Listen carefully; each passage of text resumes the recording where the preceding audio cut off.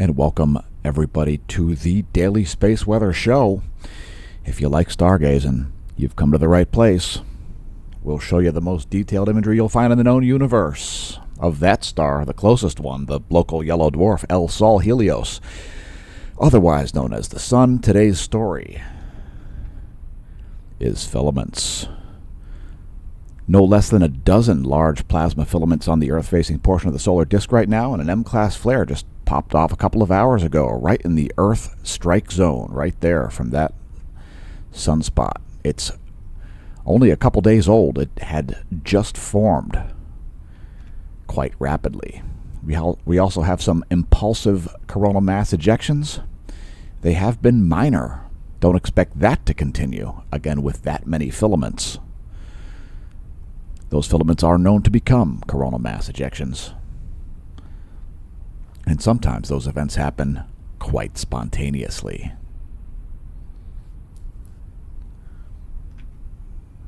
Here's a closer view of that. Really, it was just a minor CME that erupted from there. An impulsive blast sent some plasma flying out of the sun. However, it is not earthly directed. We are expecting a minor coronal mass ejection impact tomorrow on September 6th, sometime after midday. Don't be surprised to see a little bit of an uptick in the solar wind parameters. Here's an equatorial view. That's another 24-hour video. These are all 24-hour videos. You can see right at the end of that run, you'll see an M-class flare happen right in the center of the solar disk, just north of the equator. Again, check out the massive filaments. There's one down at the south polar region. Also one just east of the Earth scale there. Not only a lot of filaments, a lot of huge, very dense filaments currently occupy the Earth-facing portion of the solar disk. You'll see prominences, prominences, prominences. There's one at the north polar region known as a crown prominence. You'll also see some activity around the northwestern limb as the quite active sunspot 3413 sets.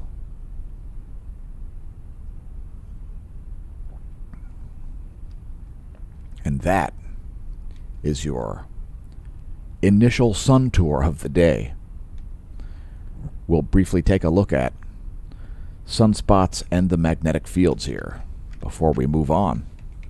So, here are sunspots. That is yesterday plus today. That would be September 4th and September 5th to date. By the way, a new sunspot also rose right up here. So we should see a further increase in the sunspot number in the coming 24 to 36 hours. Here's the colorized magnetogram. Most of those groups have been fairly stable for the past 24 hours.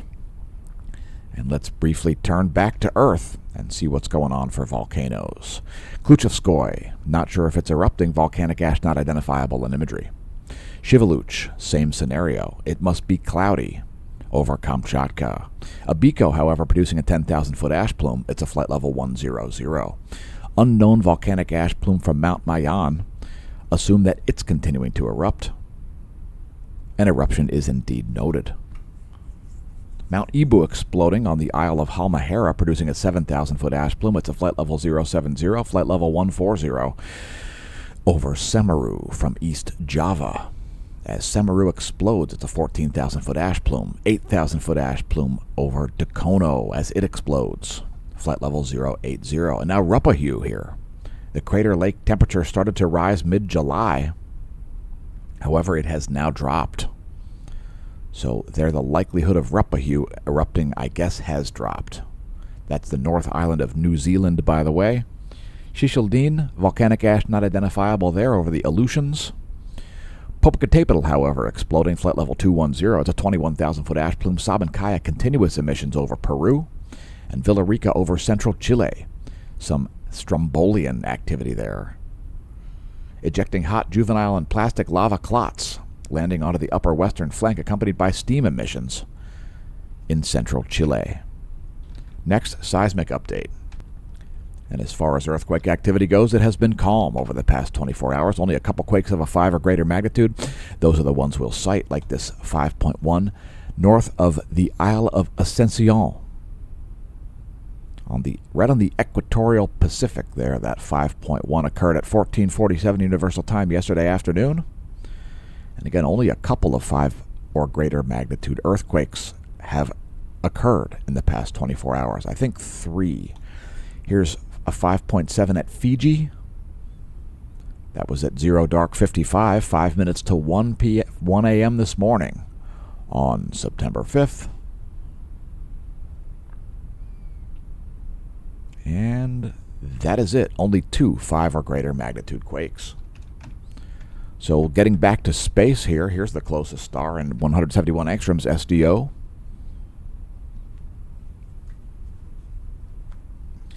And the most active region has been this sunspot right on the Earth strike zone there. So we'll get to flares and other type solar activity here in a minute. First, things like the radio flux, which has seen a modest increase. The 10.7 centimeter radio flux now at 136 solar flux units. There is the 1-year chart to put it in context for you. The black line is the 10.7 centimeter radio flux. The red line is the sunspot number. And let's take a look at the Space Weather Enthusiast dashboard. NOAA not forecasting any geomagnetic storms or geomagnetic unrest. Again, we are expecting a minor coronal mass ejection impact, a possible glancing blow to strike sometime around midday or later tomorrow on September 6th. Besides that, things are pretty calm on the space weather front at the moment. No new space weather incoming forecasted by NOAA, NASA, or us, except for that minor glancing blow possibility tomorrow. Next Earth's magnetic moment from space for the past 4 hours. This is our geospace magnetosphere movie. And it is a geomagnetically calm condition. We're seeing the most pressure here on the magnetotail side. That will be the dark side of the planet. Again, geomagnetically calm conditions. Also highlighted here in our 4-hour ground magnetic perturbations map. So that's the last 4 hours of Earth's magnetic moment from the ground.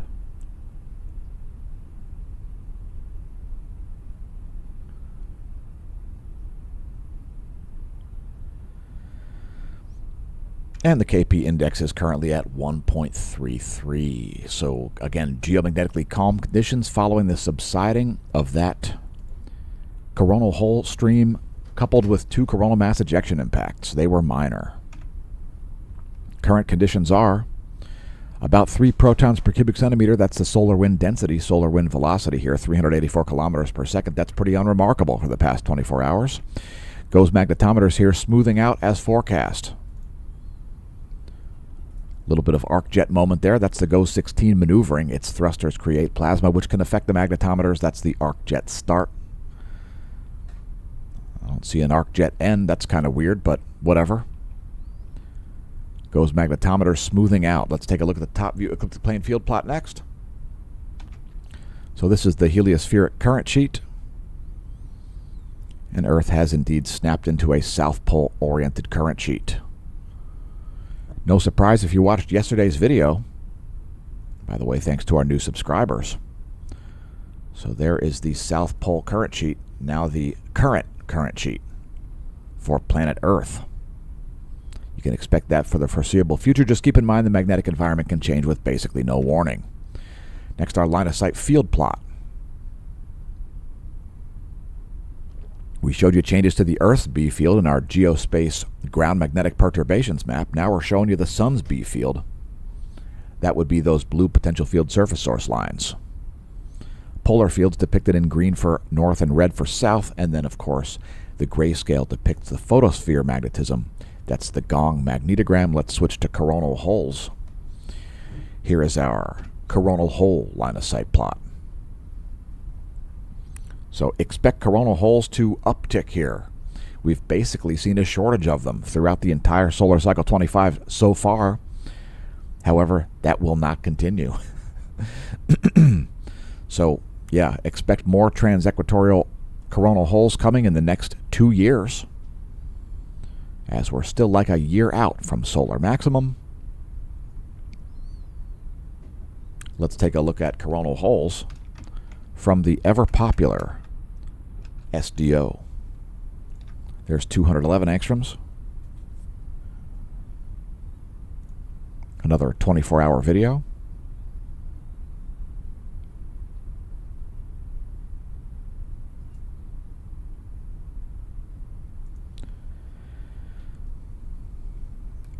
And that brings us to sunspots.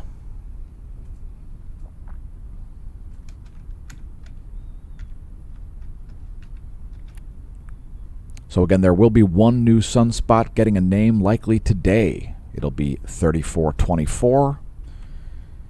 It just rose up here over the northeastern limb. And by the way, if each sunspot that forms or rises makes you angry, seek psychiatric help. If you've joined a cult, please exit the cult. Cults are harmful. And here's the past 24 hours from the SDO continuum. Again, most of those sunspots pretty stable for the past 24.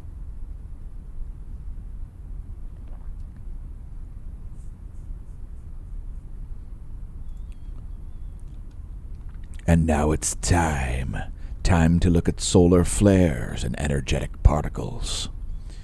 Because we've shown you the sunspots, the coronal holes, the filaments. So next, there goes proton flux. Now we might see some protons come in here, as we just saw an M-class event right in the Earth-facing portion of the solar disk, right in the center of the solar disk practically. Here was that M-class flare. It was, let's bring up the 6 hour. Peak flux was around 8:12 universal time, and it was an M2 flare of rather long duration, sort of a double spike there, a high-level C-class flare there, sort of at the end. So there you go, the largest flare of the past 24 hours happening right around when we started producing the video. So here's our 94 angstroms wavelength. And again, right at the end of that run, just above the Earth scale, you'll see that M-class long-duration flare. Some pretty sweet imagery, right?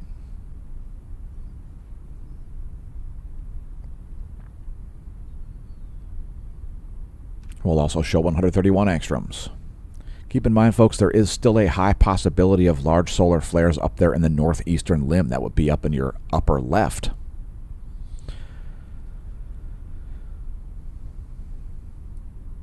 But, like we said yesterday, that sunspot that produced that M-class flare, at least on yesterday's video, was beta gamma delta class, the most common type of sunspot to produce a large solar flare.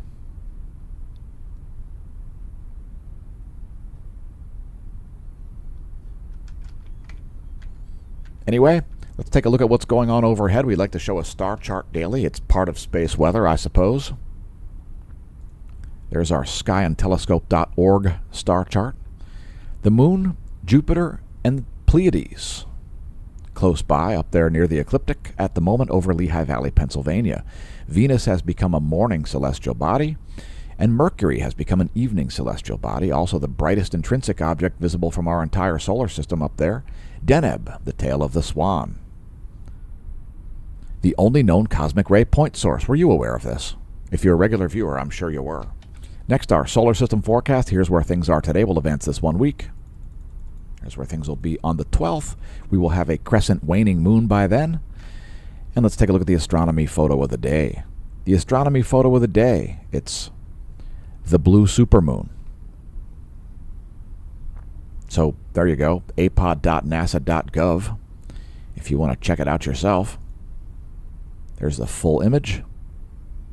Again, apod.nasa.gov.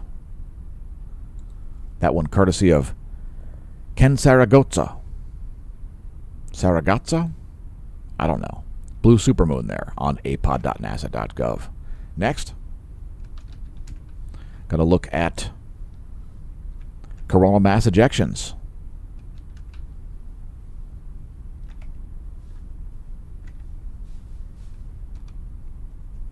Here are yesterday's images.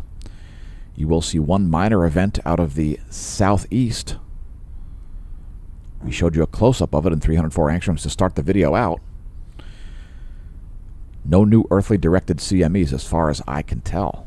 That's 105 frames from yesterday, September 4th. Here are an additional 16 frames from today. We'll also show Soho Lasco C2 and C3. That was just the C2. And let's blow those up a little bigger here. So here we're showing that impulsive flare, that impulsive CME rather, that came out of the eastern limb. It started to appear from behind the coronagraph around 1300 Universal Time yesterday if you want to seek that out yourself.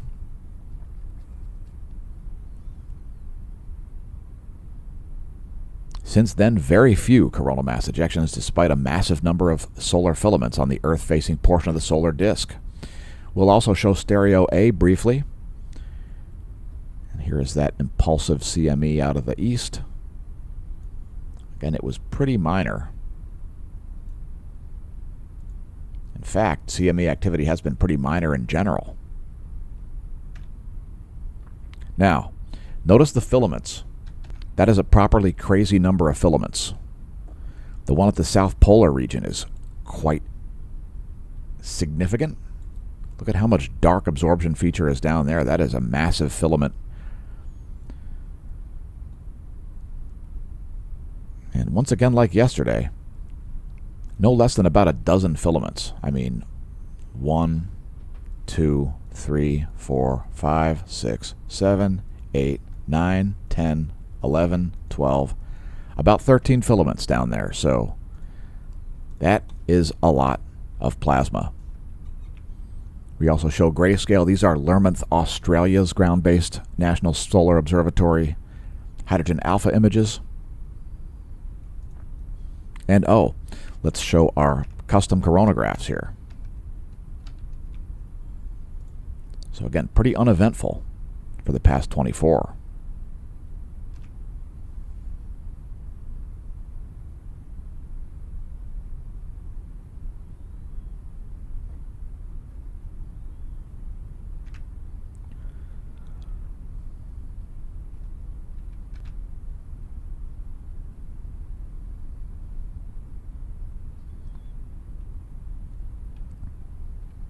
And let's zoom in and just show the 193 angstroms by itself.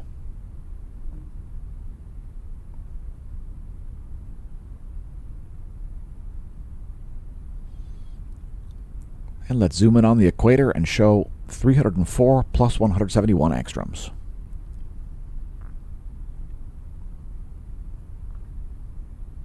Again, we've got two likely places for large solar flares here at the moment. That would be up here in the northeastern limb, as well as just west of the center solar disk. This sunspot continues to have beta gamma delta class magnetic fields, I believe. And we'll show you some more imagery of that here in a moment. By the way, if you enjoy the content and you want to reach out on social media, hit us up on Twitter.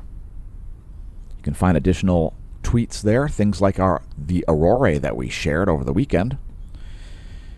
And before we get to our bonus features segment, here are the past couple of hours from the GOES 16 SUVI. And indeed, there is some flare activity kicking off up here at the northeastern limb. So that's not very surprising, right? And here come bonus features. By the way, don't forget to press like if you enjoy the content. Press like, press subscribe. No, that's okay, we'll wait. Just press the like button, visit our links, press share, leave us a comment. Once again, thanks to our new subscribers on YouTube. We're frankly surprised that you found the channel. So here come bonus features. Satellite charging hazards are non-existent. It's smooth sailing for satellites at the moment. No surface or internal charging hazards. GOES electron flux here in an operating range. Kind of right around the middle of its range, actually, for the electron flux. There you can see the 1-year graph.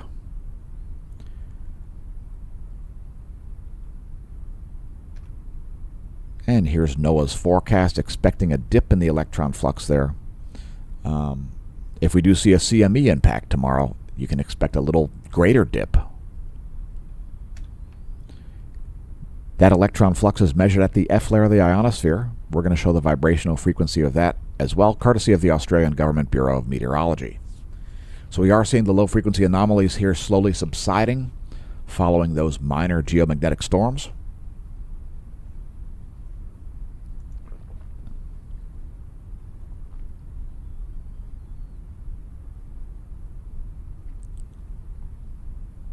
The ionosphere, yet another variable, not convincing me that it is now doomsday. For all of you people who are hoping that the apocalypse comes today, sorry, we're not seeing it sussed out in the data. So anyway, there you can see quite a bit of red there, but it's now subsiding. Here's the latest image. That is 10 o'clock universal time for the ionogram and 10 o'clock universal time for the anomalygram.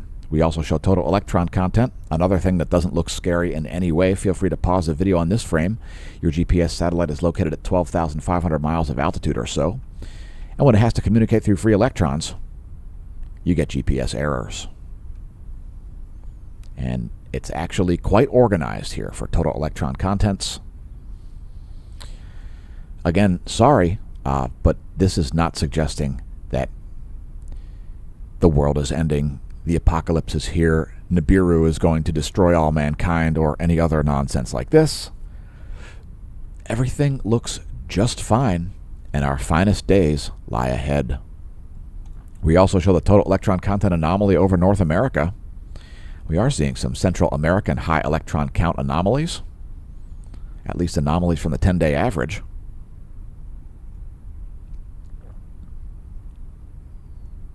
And we'll close out the space weather section of this video with the latest intensity gram seen here and the latest magnetogram seen here. Again, we got a new sunspot that just rose. It's just peeking over the edge there. And right down here you can see some ombre. So yeah, there is a new sunspot. Again, if each sunspot that forms makes you angry, you may want to seek psychological counseling of some sort, as you may have found yourself in a cult. And we hope you haven't found yourself in a cult, because of the three features of cults, they all feature a living leader. They're all harmful, and they all require their cultists to believe nonsense. Anyway, there's the rock back. And again, two likely spots for large flares would be up here, as well as right in the center of the disk. That sunspot group remains a beta gamma delta class. And before we continue on, check out today's featured product. Today's featured product is Universum Liberate. It's the motto of the Galactic Federation Special Forces. It's our third best seller.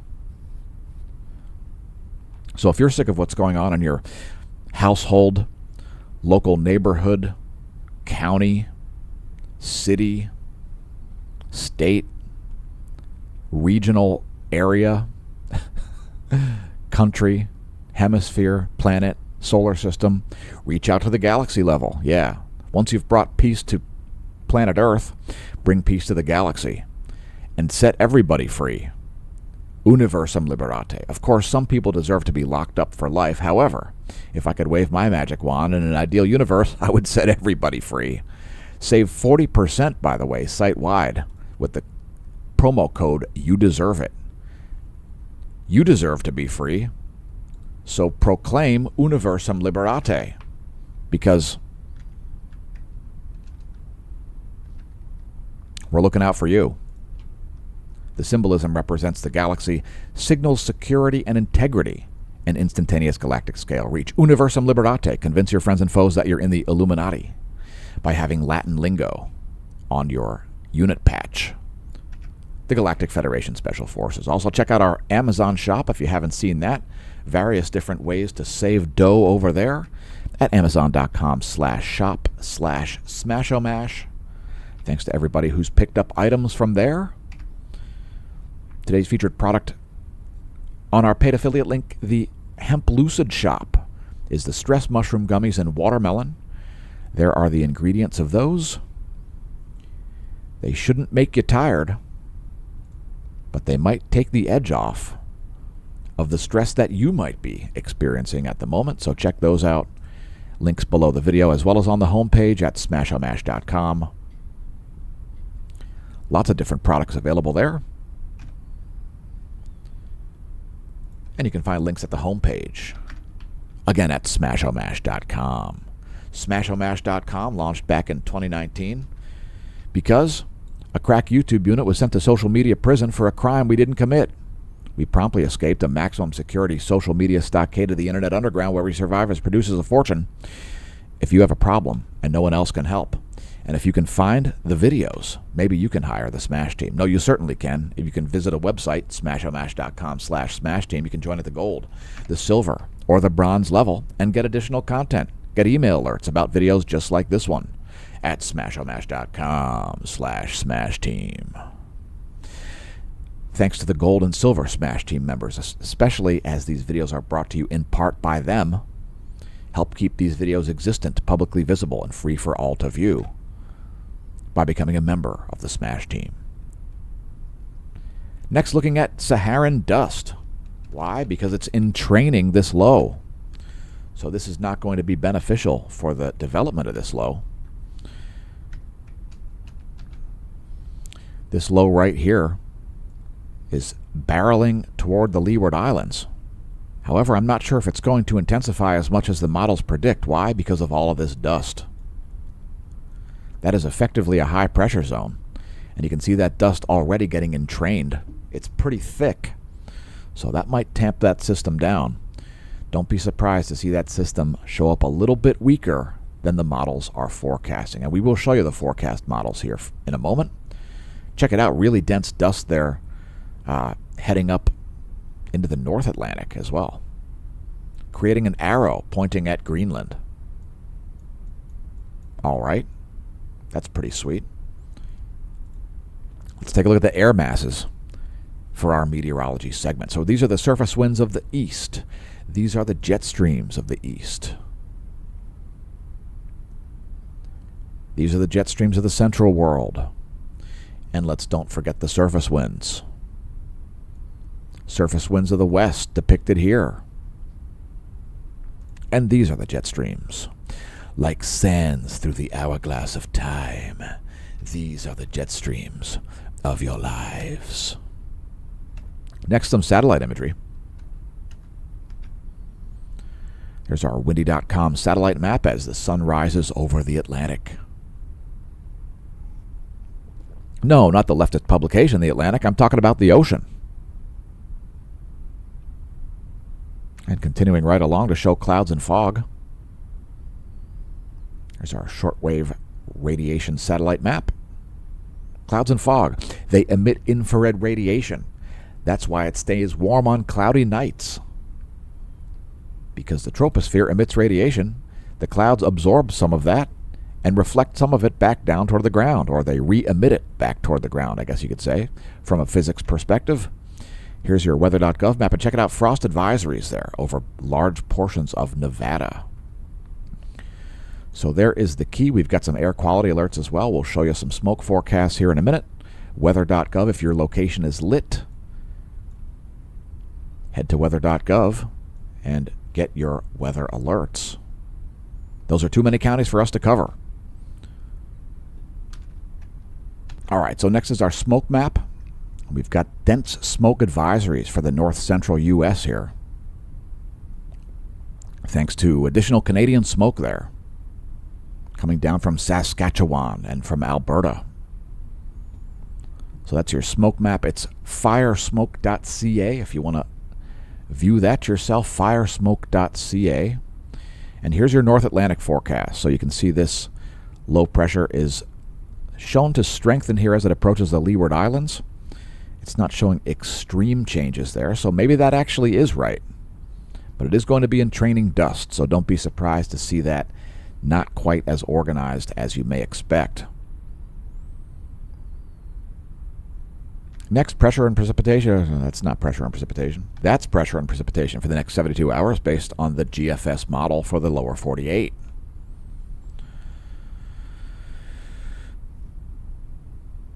So there is that. And lastly, temperature anomaly, the GFS 72-hour temperature anomaly forecast.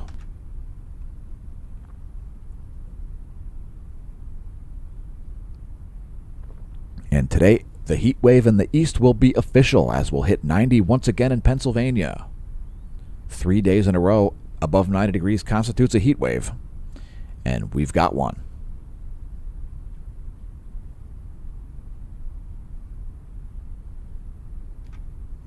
Next, your lightning mapper. That's what's going on as far as lightning strikes for the past about 10 hours. Mississippi Valley there seeing some significant thunder and lightning. And here is a real-time lightning map from lightningmaps.org. Lightningmaps.org. Check it out next time you hear thunder. It's pretty sweet. Omaha has got some minor static electricity activity going on there. Also some in Missouri. And let's move on and close this thing out with U.S. Doppler radar. There is the full 50-state view. We'll focus on the lower 48 view. Some heavy rains there in the Dakotas at the moment. Here is clouds and fog, 3.9 micrometer infrared radiation map. And there is the water vapor. Here's a recap. U.S. Doppler radar showing vertical motion in the air column. Here is satellite infrared radiation at 3.9 micrometers. And here is satellite infrared radiation at 6.19 micrometers. It shows all of the water vapor. And that is where we will close things out. Thanks for tuning into the Smash News Network, the supposed to name of news. Once again, congratulations. I realize the channel exists. Help keep these videos existent, publicly visible, and free for all to view by visiting our links and supporting the channel. Thanks to everybody who has. We'll see you soon. In the meantime, I'll have been your host, Dan, a.k.a. Smashomash, signing off, and may that solar wind be at your back.